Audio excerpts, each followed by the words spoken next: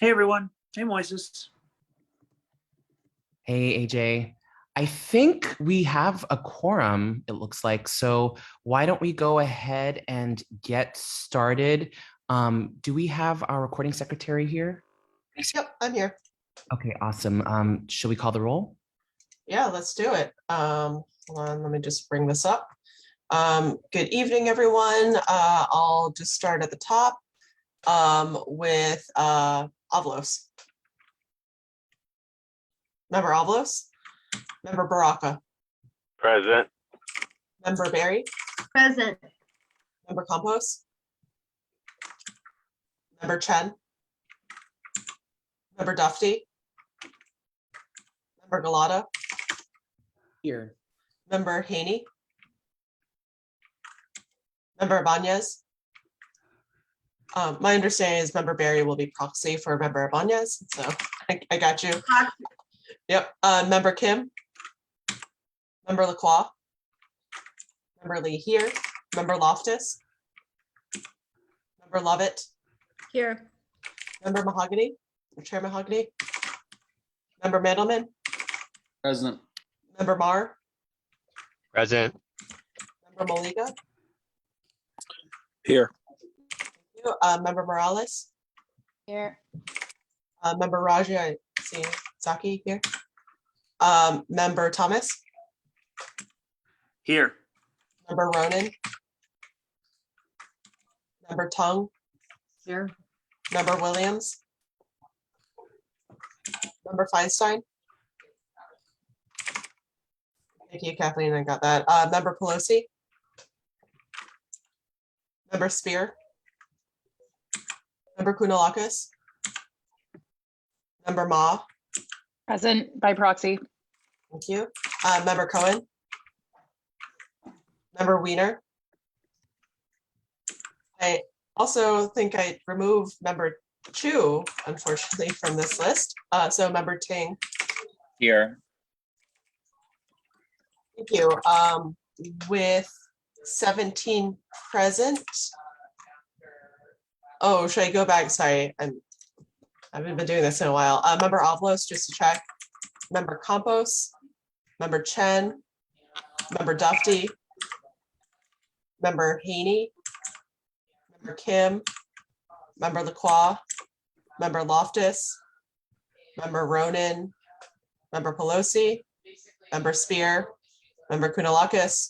Member Cohen. Member Weiner. All right, I just saw Nima. Thank you. So now with 18 present, we absolutely have quorum. Back to you, Chair. Member Williams is here too. Got it. Thank you, Chanel.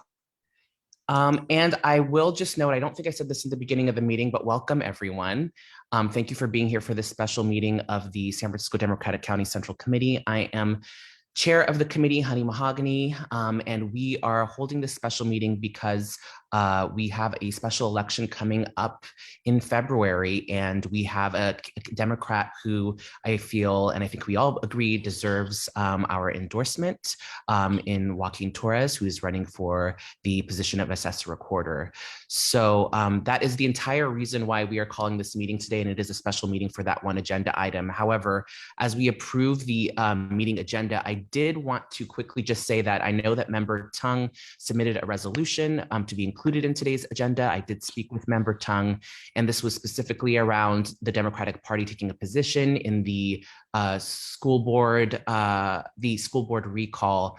As my email to the members sort of explained all of the background there and what's been currently going on, I did want to update folks that we at this time we have agreed to settle and withdrawn the San Francisco Democratic Party's name from those no recall ballot arguments. And moving forward, we do need to provide an official endorsement before we provide any such statement to any committee or any candidate. I think there was some confusion around our bylaws, and to that extent, I have again discussed this with member Tung, but we will be convening the bylaw committee to help clarify some of those rules around when the party can take a position and how. I think the fact that we had passed that resolution created a lot of confusion and people had varying opinions around it, but I think we can all agree that while we did take a position, we did not go through our official endorsement process, and that was what was needed to, make our position in this race official and one that people can use. And so we may decide to do that going forward with the school board. That decision has not been made yet, and it is likely that that may also happen with the DA moving forward. But again, neither of those things have happened yet, and so the Democratic Party of San Francisco has not taken a position on any of those races. And so in discussion with Member Tung, we decided that it was no longer necessary to include that resolution today. So we will be clarifying that position and we have reached out to the various campaigns, and we will also be posting something on our website just to that effect, that until we hold an endorsement, we will not be taking a position in any race. Member Tung, I see you're unmuted. Did you want to add something? Yes, I just wanted to thank the chair for your leadership on this. And I think that process is actually a very important part of the DCCC and what we do. And so I appreciate your openness for dialogue on this issue and your leadership in this around this issue as well. So thank you very much. Thank you, Member Tung, and look forward to seeing you at the resolution committee. Thank you. Okay, with that being said, we do have the one item on a very brief agenda. So I'm wondering if we can approve that meeting agenda by acclamation. I'll move that item. Second by Member Lacroix or Vice Chair Lacroix. Thank you, Vice Chair Lacroix. All those in favor say aye. Aye. Aye. Aye. Any opposed, nay? Any abstentions? Seeing none, the agenda is approved. So thank you, everyone. We will now move on to general public comment. And before I do, I just wanted to introduce everyone to our new executive director, Moises Garcia. He is someone who has been very, very active in the Democratic Party here in San Francisco through Democratic clubs, such as the Harvey Milk Democratic Club, Alice B. Toklas Democratic Club, and many others. So thank you, Moises, for being here and joining the San Francisco Democratic Party. And we are now at public comment, and I will turn it over to you. But feel free to make a brief statement if you like, or we can save it until the official meeting in January. I think we can save it for next time and get through this. I'm sure folks want to go back to the holidays. So with that said, if you'd like to make public comment, please use the raise hand function, which can be found at the bottom of your Zoom screen. If you are listening to this meeting via your phone, please dial *9 to enter the queue. If you encounter any difficulties, please send an email to info@sfdemocrats.org. Each speaker will have 1 minute to address the SFDCCC. I will promote folks in the order that I see your hands raised. Thank you for your patience, and we'll kick that off now.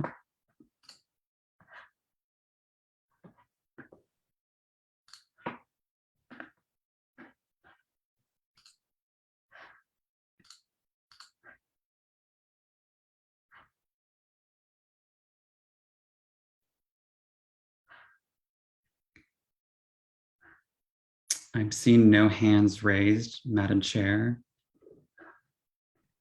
Okay, is there no one for public comment? If not, we will close public comment. Member Thomas. AJ, yeah, sorry. I was just gonna make the motion, but to endorse Joaquin Torres as assessor recorder. So, if necessary. Sorry if I'm jumping the gun there. I think we're going to go into the endorsement process first. So I want to turn it over before we make a motion on endorsing the assessor recorder. I'm going to make sure to turn it over to our endorsement committee, and then they can explain how this will all go. So since we've closed public comment, we will now move on. No worries. Since we've closed public comment, we'll now move on to the main item of the agenda, which is the endorsement of candidates for assessor recorder. And there is only one, and that is Joaquin Torres. And to introduce this process and how this is going to go, I'd like to bring forward Member Berry, Chair of the Endorsement Committee. Thank you, Chair Mahogany. Members, as you see, Member Ibanez is not with us tonight. She's not feeling well, so I'm here to explain the process.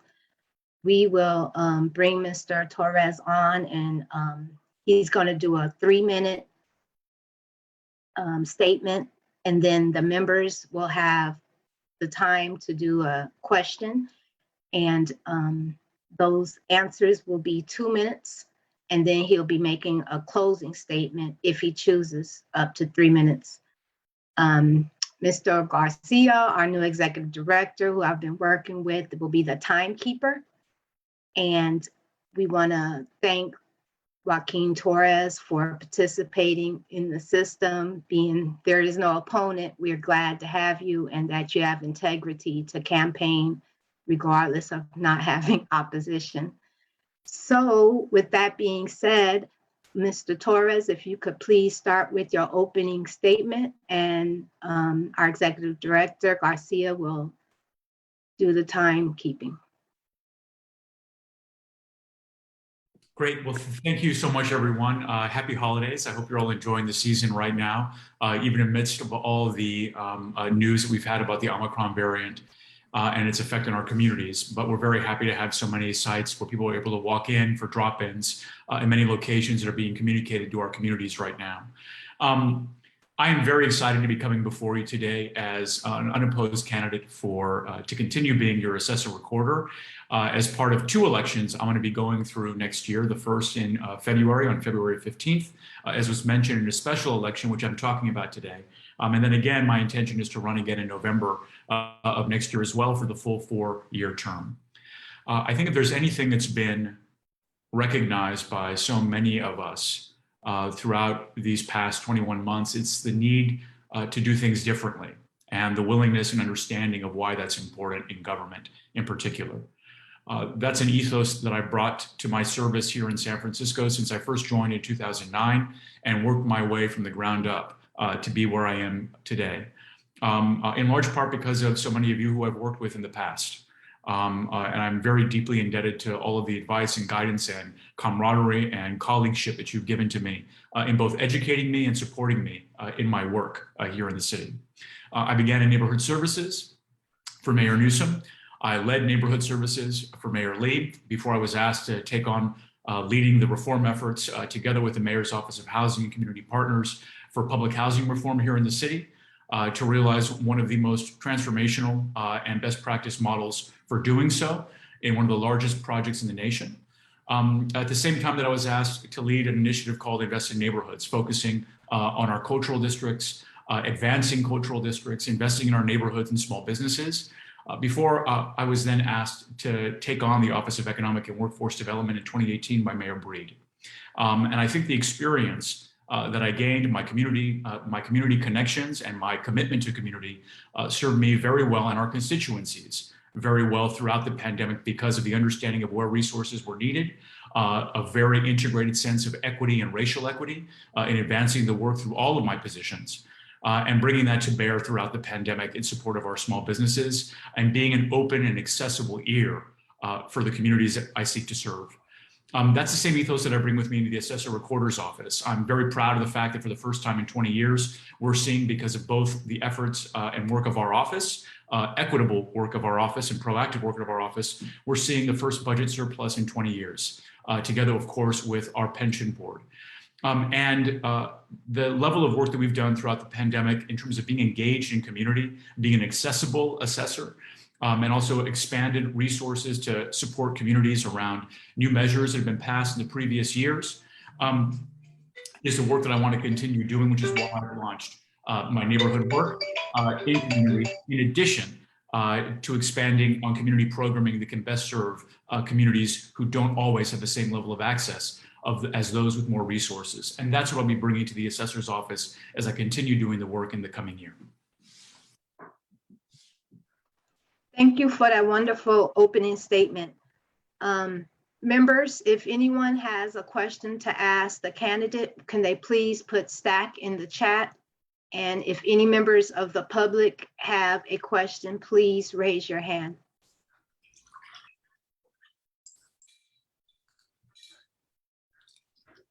Well, while we wait for members to think of their questions, I have one.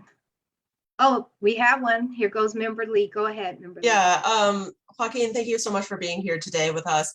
When I met with you one-on-one, I asked this question. I liked your answer. You know, for me, as someone who has no pathway to ever voting in the city, the assessor recorder's office seems very foreign. And I think it's really notable that I'm not sure if you're going to be the first tenant serving in this role in a long time, but you know, I imagine it's rare. Can you talk a little bit more about why general San Franciscans, especially renters and tenants, should care about the work that the assessor recorder does? This is one of the most important roles for the stability of our city. 28% of our $13.1 billion budget in San Francisco is due to the work that we do. To fund our general services, to fund education, to fund our infrastructure, roads, and parks. And those are amenities that San Franciscans enjoy no matter where they live or no matter what their investments are here in the city. Because of our work, we help make that possible. I also think it's important because perspectives are important. I've been a waiter. I know how to serve. I know the customer is always right. I know what it means to be a renter. I know what it means to feel that the opportunities for economic advancement don't always feel within reach. That was true when I was an artist. That was true when I first began in the city. And it's true for me today and for my wife as I look to figure out what is the economic future for myself and for my family. Those are the same issues that I hear from individuals when they think about intergenerational transfers, how to deal with bureaucracies. And I think that people want to see and feel someone in government who understands what their concerns may be, even if they are not property owners. They may be business owners, and there's still some engagement there with our office as well, and small business owners as well. And having someone who's accessible, who can direct them and be a navigator among the bureaucratic Byzantine nature of any city department, including the assessor recorder's office, is an ethos that I think people want to see and feel. I'm very proud to bring that level of work into the office. That's why I was present with frontline staff to be there to make sure that they understood that from every level of the office, constituent services come first, customer service comes first for me. And then I think in terms of just where I come from personally, I'm very excited about the work that I'm doing around AB 1466 and using that as we seek to remove racist, discriminatory language from covenants and deeds to help advance the Thank you for your answer. Ironically, my question had to do with AB 1466.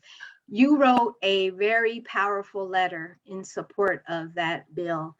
And I wanted to know, has your office identified any unlawful racist covenants here in San Francisco? So the answer is going to be yes. I've asked staff to look at, and let me just cut that question up a little bit. The law has already been resolved there. The language is not legally binding or standing. The power to me personally is that there is a symbolic need and a symbolic effort that can be taken and leveraged here through the work that we have to do administratively to remove that language. And at the same time, using that operational requirement of us, of the new state law, to advance the conversation around racial equity and who we are and how we got to be where we are, why our neighborhoods look the way that they do. Why it's very particular that in certain communities, no Blacks, no Asians, no Latinos being allowed to purchase property in those areas has led to what some neighborhoods look like today, and what some neighborhoods don't look like today as well. So the work that we'll be doing will not only be doing the administrative work, but also being creative in leveraging art education to educate both the public and our clients around the history of San Francisco in relationship to these deeds. You might have heard through the 1619 project the importance of looking at our history to understand where we are today and what our future can look like if we face it. I think there's a powerful opportunity here with this work. And I'm talking with other partners in educational and creative environments to see how else we can partner to lift this conversation up, even from our San Francisco perspective. So thanks for that question, Gloria. You're welcome. Thank you for that letter. Is there any members that have a question? Otherwise, I have one final question that I can ask. Okay, I don't see anybody with the question, so I'll go ahead with my question. You alluded to racial equity, and your office wrote a racial equity plan in 2020. This is before you were there, and I read it, and what stood out to me is that the plan stated that on average in your office, Black and African-American staff make $4.90 less than Asian employees in the office and $10.71 less than staff who are white. Latinx employees have an hourly rate that is only slightly higher than Black people. So the question is, have any Black people been promoted or hired in higher paying positions in your office? Yes, not only, well, let me say this first. In addition, as part of the racial reckoning that we've been realizing across the country and across the globe, Stop AAPI Hate has been a part of that movement as well. And there is a large contingent of my office that are members of the AAPI community. And as I move through this process of advancing racial equity for Black and Brown people in the office, I'm mindful of that as well. One of the first steps that I took was advancing two individuals who represent the African American community, who represent the Latino community. Both are parents, and one is a mother and one is a father. And they are my two deputy assessors at the office. I thought it was very important, and I was lucky to have people who were ready to take on those positions that I could appoint. So I'm very proud of that. And in addition to that, my head of public affairs, Holly Lung, is a member of the AAPI community as well, a mother as well. The conversations that will be taking place over the coming months as we seek to update the racial equity plan, which is going to come up in the first quarter of the coming year, is going to include more measurable outcomes as recommended by the Racial Equity, Office of Racial Equity, so that we can have more milestones that we can reach in our office to provide training opportunities, access opportunities even earlier in the process in terms of barriers that may exist for admission, training opportunities for existing staff so they can advance, and then professional development opportunities for specifically Black and Brown community members so they can advance as well. The question and the friction that may exist for me as we're working through this is, where are those promotive opportunities going to be created if there aren't positions that are available for them? But the first step in action that I have to take is making sure that people are ready and that I have a pipeline from the very beginning externally to those who are within, so that we can truly realize a diverse workforce within our office, so that I can say that we have a proud and diverse office that's serving the constituents of San Francisco, members of the Black community, members of the Latinx communities, member of the AAPI communities. Thank you, Mr. Torres. I see Member Lovett has a question. Thank you, Member Berry. And welcome, Assessor Director Torres, Recorder Torres. So my question is with regard to some transparency for the public. About a year or two ago, I was just doing a search to find out the breakdown in terms of where property tax dollars go. You had mentioned that 28% of the entire budget of the city is from the property taxes, but both for commercial and residential, it would be helpful, as we've seen with counties like Marin, and especially with the enormous increase and, unfortunately, all the speculation going on. I think it's something that would be valuable, not just for individuals, but also for the city as a whole to see that breakdown. I think that's right as well, and thank you for that. The team is currently working on setting up different performance models across the office, so that we can create these reports for the first time because we actually have the systems in place. Another major effort of the office is modernizing the entirety of our operations. We already successfully did that for the business personal property side of the office. Now the work ahead of us leading into next year is around real property as well, and the rest of our operations of the office. Part of that, in addition, is, and the work that we get to do in terms of equity work about where we're spending our resources, we couldn't even ask that question before because even internally, we didn't have transparency into where we were spending our time, number of staff hours that were being spent on certain areas of work. But now that we do, I can actually make choices together with my teams on where we can be placing more staff so that we can have those equitable outcomes that we're looking for.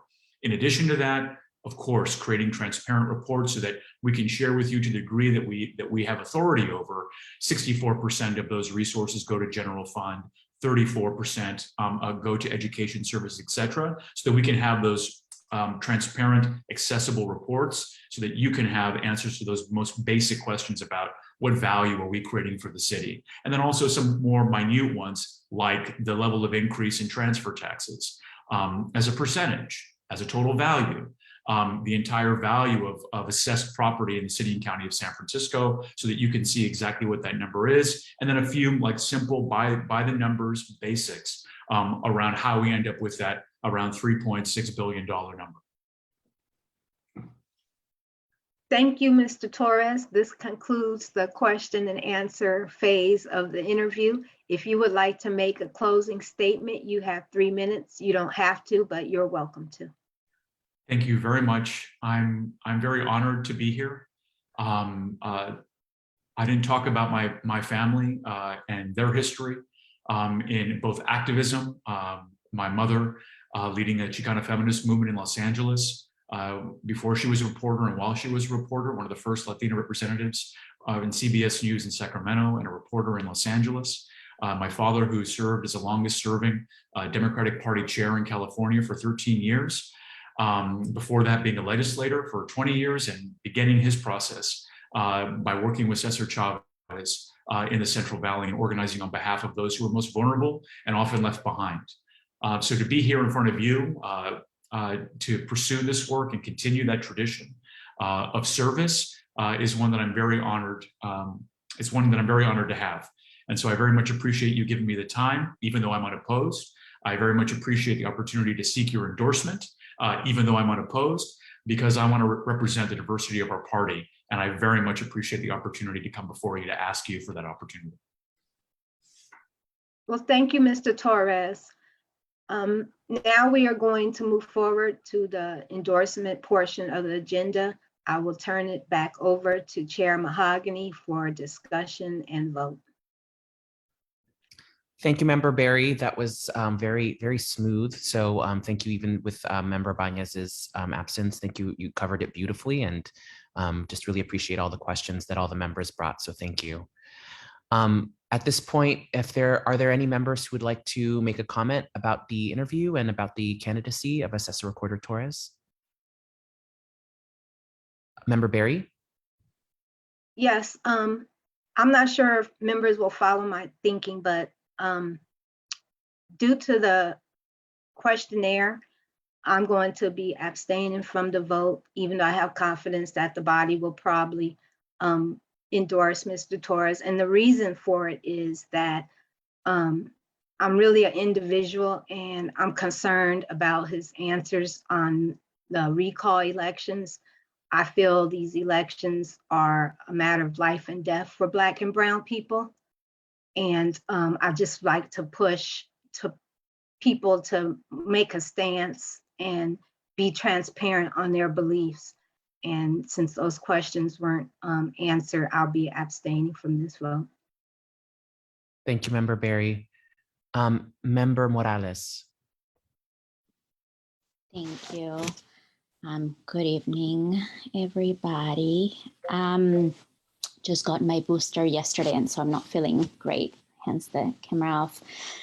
Just want to say that I am, when I first met Joaquin Torres, I was working in domestic violence, and he was actually a really great partner for many of our organizations in San Francisco, looking to have more options within the housing authority for many women, but also people of different genders that were experiencing domestic violence. And since then, and through the work that I did at City Hall, I really saw the work that he puts for supporting communities of color.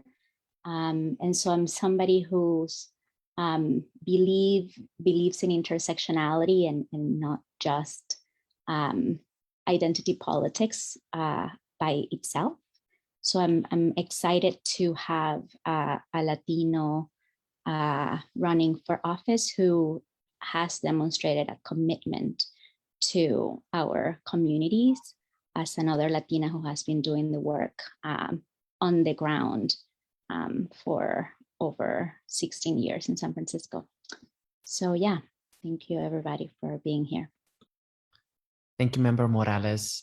Member Thomas. Thank you, Chair Mahogany, and apologies earlier for jumping the process there. I just wanted to comment to the body. IFPT Local 21 represents numerous members in the Assessor Recorder's Office, and Local 21's Political Action Committee worked in collaboration with the leadership of the Appraisers Chapter to develop a series of questionnaires dealing with public policy and in-office items. Assessor Recorder Torres was generous enough to meet with us and to answer the questions thoughtfully. And while we did, there were challenges with certain answers, and happiness with some of the others, in the end, in collaboration with the leadership of the employees that work in the office, recommended endorsement from Local 21. So while I do share Member Berry's concerns there, I think on balance, and especially in the interests of the employees working in that office, we'll be voting to recommend the endorsement of Assessor Recorder Torres. Awesome. Thank you, Member Thomas. Are there any other members who wanted to speak? Vice Chair Galata. Thanks, Chair Mahogany. I just wanted to share, well, thank you to the Assessor Recorder Torres for being with us tonight. And I just wanted to appreciate and acknowledge all of his engagement with the party, with the recall election of Governor Newsom. He showed up to a number of phone banks and was a very active, visible Democrat and voice against the recall. And I just wanted to say, we don't always see candidates out with us doing that kind of work with the party. And so I just wanted to personally just acknowledge that and appreciate that, because I know you weren't there campaigning, you were there as a Democrat with us in that effort, and just really wanted to appreciate you for all the work you're doing, and just the kind of the gusto that you're bringing to the assessor's office, and just really appreciate your leadership and just partnership with the party over the past few months. And so I'm looking forward to seeing the party endorse your candidacy tonight. Thank you, Vice Chair Galata. Is there anyone else who wanted to make a comment?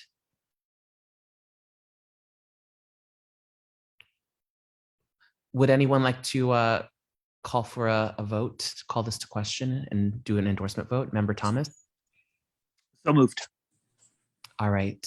Do we have a second on the motion to? Second. Thank you. Thank you, Member Morales.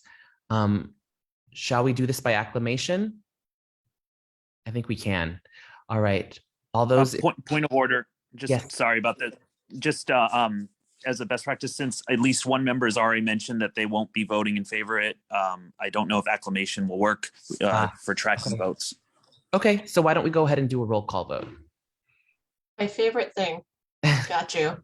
All right. Let me just make a new column here. All right. I think I've got all the additional folks who showed up. So if at the end I don't call your name, just please let me know. So this, if you vote yes, this is to support the sole endorsement of Joaquin Torres in the February 2022 election for Assessor Recorder.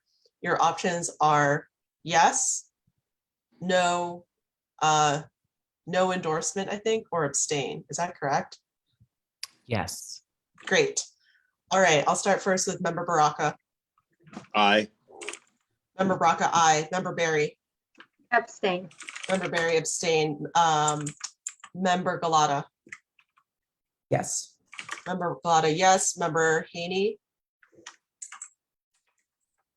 Member Ibanez, and that's you, Yes. Member Barry. Yes. Member Ibanez, yes. Member Kim. Aye.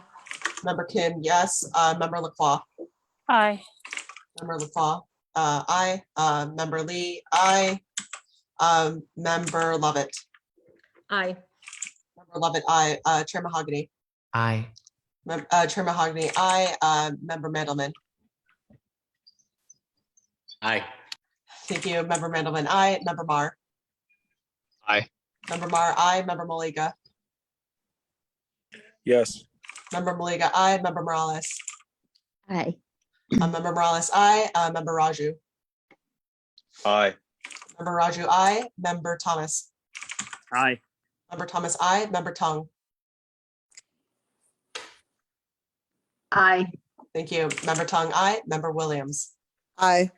Member Williams, aye. Member Feinstein. Thank you. Member Feinstein, aye. Member Ma. Aye. Member Ma, aye. Member Weiner. Aye. Member Weiner, aye. Member Ting. Aye. Member Ting, aye. If I did not call your name, please just unmute yourself, state your name. With that, there is a unanimous vote with one abstention from Member Barry. Congratulations, Joaquin. Congratulations, Assessor Recorder Torres, on your official endorsement by the San Francisco Democratic Party, and best of luck. With that, we have finished with our fourth item and move on to item number 5, which is adjournment. I will just say very quickly, thank you all for joining us for this meeting to endorse the Assessor Recorder. I think it was well deserved. And I would say that if there are issues or things that people want to put on the regularly scheduled January meeting, to please email our executive director so we can make sure to include them on the agenda. So thank you all, happy holidays, and wishing you all the best in the new year. Chair Mahogany, you have hands raised. Oh, I'm sorry. It's okay. I just wanted to adjourn in honor of Member Ronan's father. Thank you, Member Barry. And Mr. Walker? Thanks. I just wanted to mention that with emphasis on the word may, this may be my last meeting as proxy for Assemblymember Ting, because as of January 10th, I'm going to be starting a new career at BART in their Government Community Relations Department. So I'm looking forward to working with members Lee and Dufty over there. So I may be back next month in January, but just in case, and of course, I'm not really going anywhere. I'll be working with a lot of you in my new role in community and government relations over at BART, and looking forward to working with you all in that role as well. So I just want to mention that just in case, but I'll probably be back next month. Well, we hope to see you in January, but if not, we will definitely miss having you on these calls. So thank you so much for your service. Yes, thank you. It's been several years now, and I just really appreciate everyone's all the work that everyone's put in and all the relationships I've been able to build and all that we've done together. So thanks. Thank you so much. I appreciate it. Thank you. Thanks, Alex, for your chats. Absolutely. And I'm not really going over, y'all have my number, so. Thank you so much. And yes, in honor of Supervisor Ronan's father's passage, we will adjourn this meeting. So thank you, Gloria, or Member Barry. And I wish everyone happy holidays. Bye.